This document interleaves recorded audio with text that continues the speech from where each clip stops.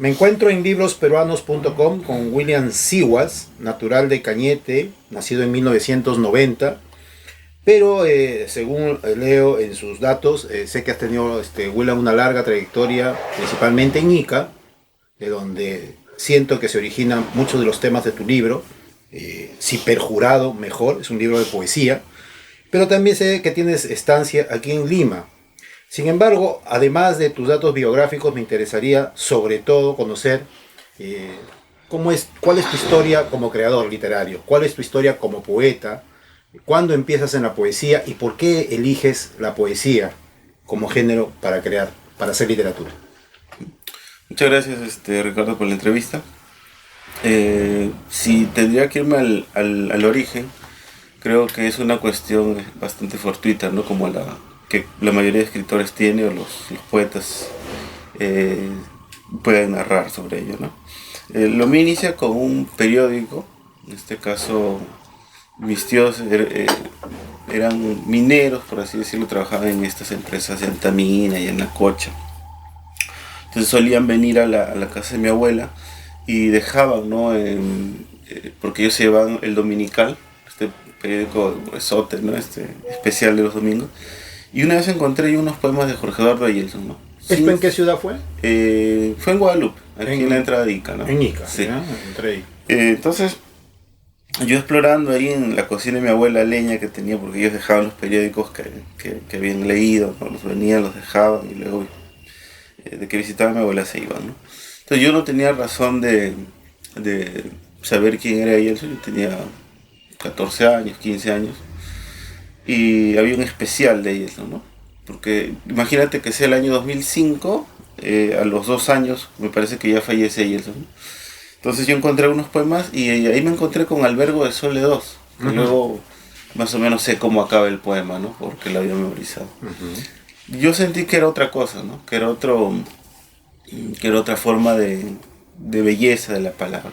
Yo ya había tenido la experiencia en Palpa, en Chichitar, un anexo de Palpa, que mi maestro nos hacía leer constantemente libros de cuentos, algunos, me acuerdo mucho de La Yaimama, de Ciro Alegría, ¿no? Entonces tenía noción de que era un texto literario, pero no tenía noción de la poesía. Y ese entonces yo dije, "Oh, mira, qué bonito, ¿no? Que esta cosa tiene otra forma, ¿no?" Y lo que le pasa a los poetas es que si no se sienten también identificados con los poemas, no calan en ellos, ¿no? Yo me sentí identificado con ese especial, ese grupo de poemas que había dejado, que había hecho el comercio en ese entonces, ¿no? El dominical específicamente, ¿no? Dirigía, creo, Miro Quesada, todavía el filósofo, me parece. Sí. Bueno, si ese fue tu interés inicial, ¿cómo es luego tu formación? Bueno, me imagino que viene traída por muchas lecturas, pero también tuvo que ver en tu formación tu educación tanto secundaria como superior. ¿Cómo sientes que luego vas alimentando a la poesía durante tu vida? Sí, yo necesitaba estudiar algo afín a la literatura. Y en Ica pues no hay la carrera de literatura pura, hay la carrera de educación. Y la especialidad es lengua y literatura. Yo postulé, ingresé y yo he terminado la carrera y al final comparo que son como 5 años de pedagogía didáctica y 5 de literatura, ¿no? Pero me dediqué a inclinarme mucho más a la literatura, ¿no? César Panduro, que hace poco sacó una antología de varones de Ica, me hace una pregunta en el cuestionario y dice si la universidad me ha servido como poeta, ¿no? Y yo le digo pues que orgánicamente, o sea, académicamente no, le digo algo así, pero orgánicamente sí, ¿no? O sea, el tránsito por ahí fue bastante interesante porque me encontré con una serie de amigos contemporáneos que sí les interesaba la poesía. Y justamente ahí nace el grupo Poesía Araui, que es un círculo de poesía que sigue vigente, que viene haciendo cosas. Y la antología que hace César, que son 10 poetas, de los 10 poetas, 5 son de Araui, ¿no? Quiere decir que la mayoría sigue publicando. Entonces íbamos a congresos, hemos ido a Ayacucho, hemos ido a Puno, a Arequipa. Entonces he conocido escritores y editoriales que que siguen vigentes y algunos que han fallecido, como el caso de Osvaldo Reynoso, que solía ir a esas conales, ¿no? Conal se llamaba, se sigue llamando, creo así. Sí, Conal. Conal. Y estaba Osvaldo, entonces tú veías a Colchado Lucio, de repente a González Vigil, José Luis Ayala, ¿no? Boris Espesúa, entonces eran poetas y escritores que estaban pues publicando, y uno conocía gente que también iniciaba sus pininos como escritor, ¿no? El caso de, no sé, pues en Ayacucho, en Arequipa conocí a Luis Eduardo Ayala de Amarty. En Puno conocí a mucha gente, pero que no creo que no se dedicó al ámbito editorial, pero que a veces me comunico con ellos. Conocí el libro en Arequipa conocí Cascahueso, por ejemplo, una editorial que se aperturaba, me parece, y que ya venía publicando. De Córdoba, creo. De José Córdoba, exacto. Entonces toda esta condición, ¿no? de experimentar, de viajar, siempre nos ha gustado, ¿no? Y aparte, para no ser mezquinos, con la biblioteca Abraham Valdelomar Cachina, que lo dirige César, siempre había eventos, ¿no? Siempre llegaban poetas, hasta Beto Ortiz, hasta Ricardo González Vigil, de pronto se aparecía no sé, pues Sabino Boa, hacían festivales, Sandoval, ¿no? Bueno, eso sería el contexto del mundo en que te has movido, ¿no es cierto? Sí.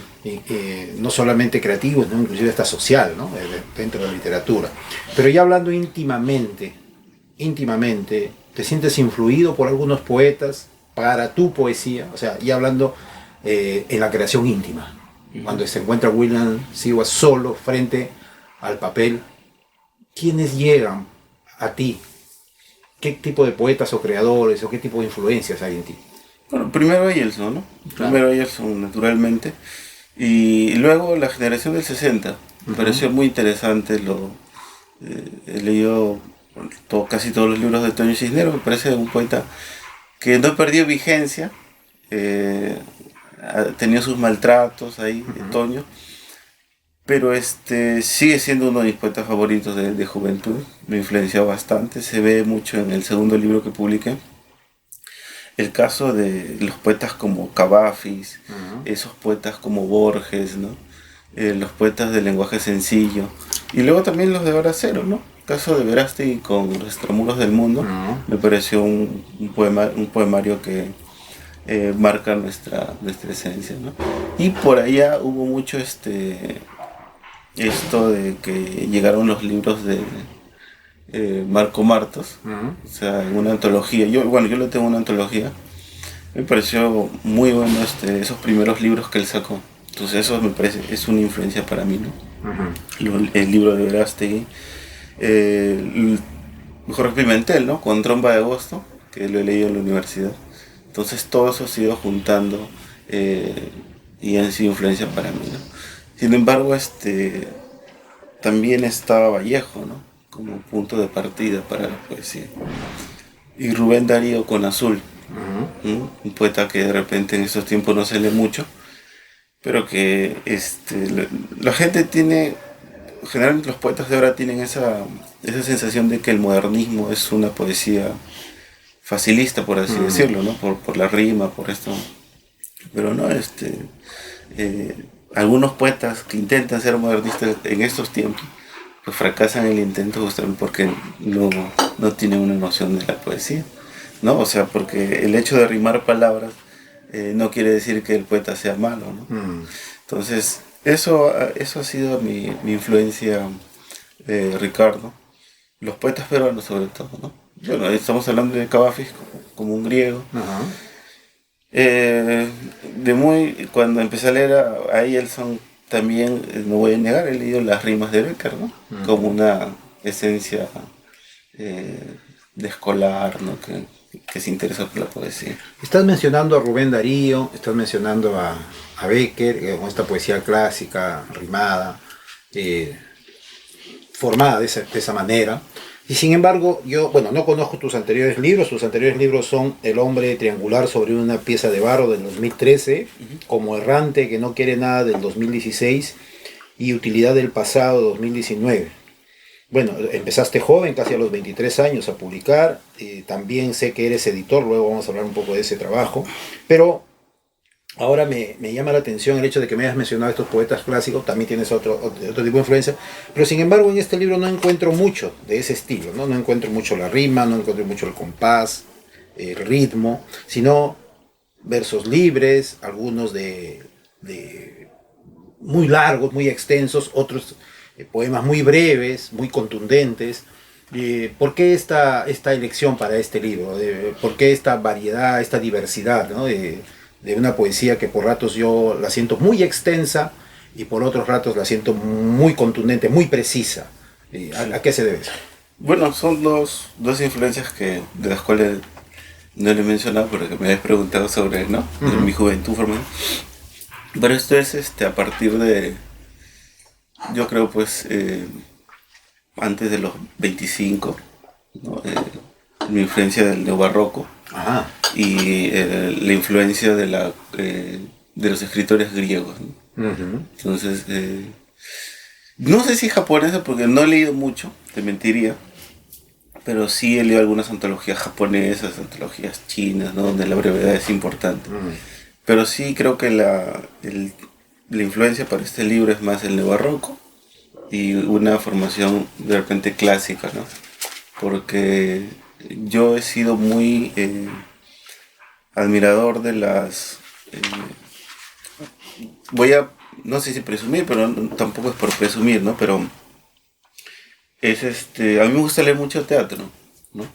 Por ejemplo, las tragedias de Esquilo, Sófocles, Terencio, Plauto. Y que se vea. Y que se nota, ¿no? Se nota en tu libro. Sí. Eso justamente te iba a preguntar, ¿no? A mí me gusta mucho, lo que encuentro en tu libro es esa conversación, inclusive ese contrapunto entre situaciones, contextos, temas que tienen que ver a veces con lo familiar propio, con lo doméstico, con tu tierra, con lo terrígeno, con el lugar donde te has movido de niño, pero también con la literatura romana y griega, ¿no? Sí, latina, sí. Latina en general.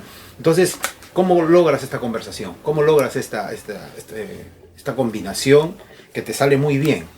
Sí, es una cuestión que tú lo sabes, ¿no? Que es el tema del lugar de pertenencia, ¿no? Yo trato de escribir cosas que he vivido, he pasado, y no me salgo de esa línea, ¿no? Sin embargo, necesito experimentar, ¿no? Necesito... Más que a veces la escritura que yo tengo, a veces se me sale por una cuestión automática, ¿no? Es una cuestión de escritura automática. Así es. Que le pasa a todos, ¿no? Aunque algunos intenten negarlo, pero a veces sucede, ¿no? Sucede en el trayecto. Entonces toda esa influencia académica, por así decirlo, de lectura, se combina, ¿no? Yo te pongo un ejemplo. En una parte de un poema breve dice que los caballos de Troya comían loto y trigo, me parece. O trigo y cebada, me parece. Loto y apio. Loto y apio, ¿no? Ya, entonces comen los caballos en Ilión, algo así, ¿no? Así es. Entonces, yo soy del campo, vivo con mis abuelos en el campo, y yo recuerdo haber echado pancas de payares verdes a las cabras, ¿no? A los chivos. Y no sé si se me murió uno y terminó con la panza hinchada, ¿no? Porque no comen. Entonces había que saber escoger qué echarle a los animales, incluso cuando ir a cortar la golondrina, los atacos que le llaman estas plantas que comen, ¿no? Entonces todo eso, que es una especie de nostalgia o de recuerdo, las mezclo con las cosas que yo encuentro en los textos griegos o latinos, porque recuerda que también es una civilización que está arrancando, ¿no? Es una civilización que hay caballos, que hay paisajes, que hay mar, ¿no? No es una Grecia moderna, ¿no? Como está Lima, por ejemplo, ¿no? O Nueva York. Entonces creo que por ahí internamente, inconscientemente se me junta todo lo rural, podría decir así, ¿no? Entre comillas, de Grecia, ¿no? O de los latinos, y lo rural donde yo he vivido, ¿no? Entonces es una cuestión de repente hasta inconsciente, ¿no? Por eso es que hay esos toques de mi familia, mis experiencias y mi formación, ¿no? Se dice que más allá de la imaginación, la poesía también es principalmente un ejercicio de reflexión. Inclusive se la compara con la filosofía, ¿no? Es una forma de hacer filosofía.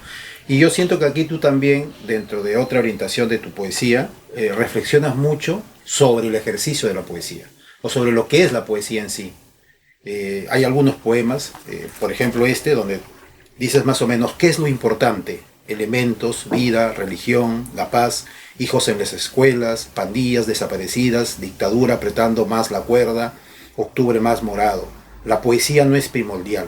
Calma, teclear o reescribir más páginas en blanco es cuestión de maderas arrastradas a casa para pedir ser un mueble, una brisa, una tizna de olor, esloras cortadas con sutiles reglas, etc. Entonces yo siento que siempre hay una reflexión a partir de la poesía. ¿Piensas mucho en el arte poética? ¿Piensas mucho en lo que es poetizar? Sí, claro que sí. Sí, siempre esta escritura la escritura de la misma poesía, ¿no? Que me parece que uno de los primeros que lo hizo fue Octavio Paz, me parece, porque tenía esta reflexión de escribir sobre ella, ¿no? Pero sí me interesan a mí las voces, ¿no? O sea, las voces con las que uno va escribiendo y la que tus contemporáneos o alguien escribe sobre ella, ¿no? La poesía no es importante en nuestras vidas, ¿no? O sea, como cuestión elemental, ¿no? Uh-huh. Nadie compra un libro de poesía para el desayuno, ¿no? Uh-huh. Entonces, creo que la poesía más bien es otro alimento, ¿no? Es otro alimento.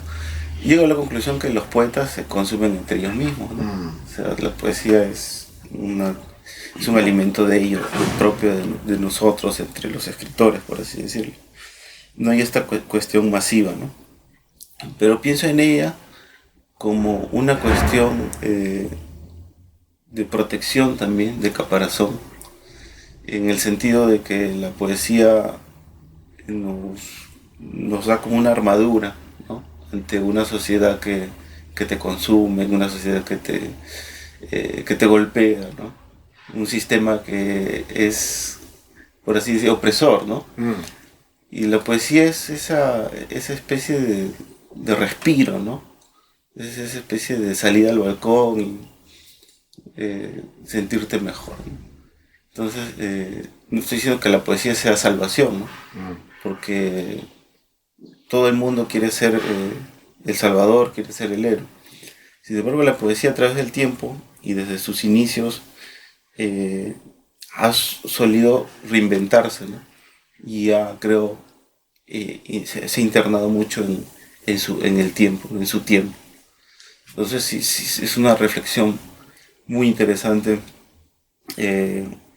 o hablar de poesía en estos tiempos, ¿no? Para mí y para la condición de poeta o de un ente de la sociedad, ¿no? Alguien que permanece en este sitio, ¿no? Tú eres joven, tienes 30 y tantos años y seguramente tienes una mejor visión de cómo está caminando la poesía actualmente en el Perú. Debes codearte, has mencionado al principio algunos poetas que has conocido, sé que ahora vives en Lima, conoces un poco el contexto de lo que se está escribiendo, cómo conciben ahora los escritores a la poesía, sobre todo dentro, por ejemplo, de un contexto virtual, de redes sociales, se publica mucho en Facebook, se comparten poesía por WhatsApp, por internet, etcétera, por celular. ¿Y crees que la manera como se difunde, la manera como se percibe la poesía, principalmente ahora entre los jóvenes, es diferente o simplemente estamos cambiando de soporte y punto? ¿Cómo sientes eso? Bueno, yo veo que se publica más poesía, ¿no? O sea, el tramo de edición es bastante. Pero he llegado a conclusión, ¿no? A una conclusión que, bueno, que en Lima, ¿no? Que es una ciudad que me era ajena antes, que en Lima hay como una especie de tribus, ¿no? O sea que acá hay una tribu 1, tribu 2, y cada uno tiene sus escritores, ¿no? Y claro, y cada uno también tiene sus corifeos, ¿no? Y dice, no, estos son buenos y estos son malos, ¿no? Sin embargo, en la poesía, el poeta es mucho más solitario, ¿no? Claro, se puede unir a un grupo, pero generalmente el poeta suele ser egoísta en el sentido de que es más personalista de repente que el narrador, ¿no? Por eso no tengo esa imagen. La poesía que se hace ahora tiene buenos elementos, ¿no? Pero también carece de algo, ¿no? De esa cuestión orgánica de vida, ¿no? No sé, pues, un poeta de 20 años ahorita qué es lo que hace, ¿no? Ujú. Estará viviendo, ¿no? Justo eso lo conversaba con un compañero, ¿no? ¿Estará viviendo o estará como dices tú en el WhatsApp o en el Facebook compartiendo sus poemas, ¿no? Por ejemplo, ya no veo muchos festivales, ¿no? O festivales descentralizados donde haya un encuentro mucho pues, dinámico de los poetas, ¿no? Entonces hay poetas escondidos. Yo hablaba con este compañero, ¿no? Yo no creo que tengamos un Hemingway, ¿no? Es bien difícil, un hombre aventurero de esa magnitud. Me parece un poco difícil, ¿no? Al verso que hay ahora. Entonces la poesía joven también creo que es a veces muy individualista, carece de algunas cosas naturalmente, pero la tradición poética peruana es bastante fuerte, ¿no? Tiene sus bases bien cimentadas, así que cada año creo que aparece un joven que nos demuestra, una joven que demuestra que la poesía sigue vigente en el Perú. Y el año pasado ha sido un año de publicación tremenda, ¿no? Ha habido un montón de publicaciones desde personas ya consagradas y poetas jóvenes, ¿no? Tampoco es que tú lo debes saber, en el Perú no existe esto de que podamos obtener el conglomerado de poesía total, ¿no? O sea, el total de poesía, de libros que se publican al año, yo por ejemplo no la tengo, ¿no?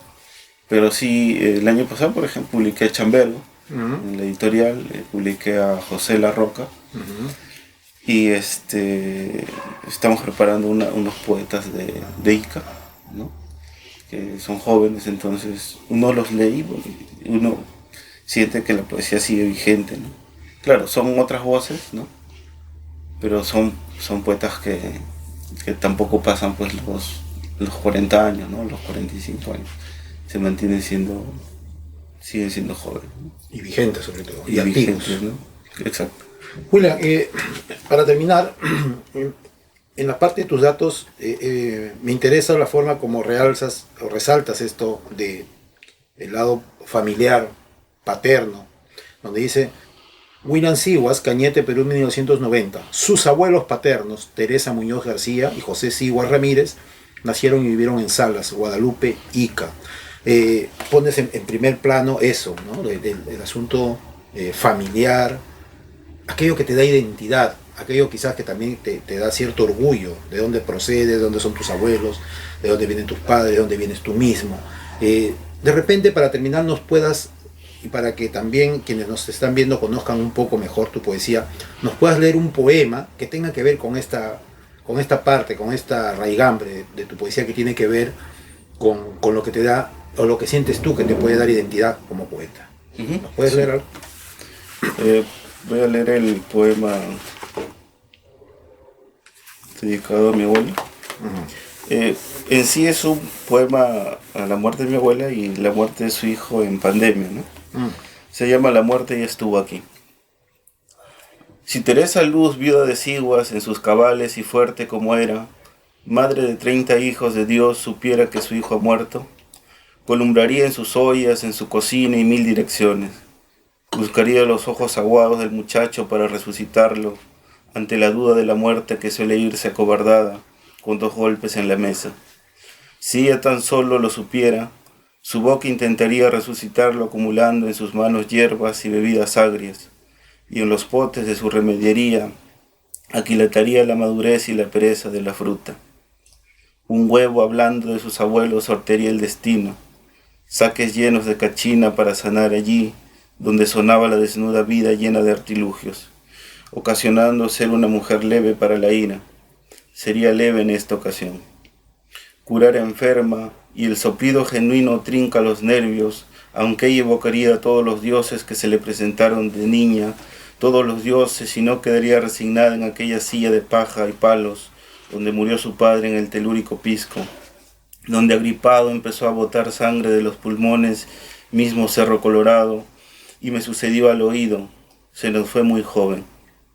Ella sabe que la muerte anduvo por aquí, y tiene sus hijos tilingueando y mirándole los ojos, las manos, y burlándose que esta vez tampoco podrá salvar a otro ser que ama. Mamá Teresa o la Tere aprieta los puños y lanza en un lenguaje antiguo de guadalupano sortilegios eficaces a la vieja parca. Muy bien, William, te agradezco por tu visita y ha sido un gusto conversar contigo y espero que te siga yendo bien con Si Perjurado Mejor, este nuevo libro de poesía que vienes ahora a promocionar entre los lectores. Muchas gracias. Muchas gracias a ti.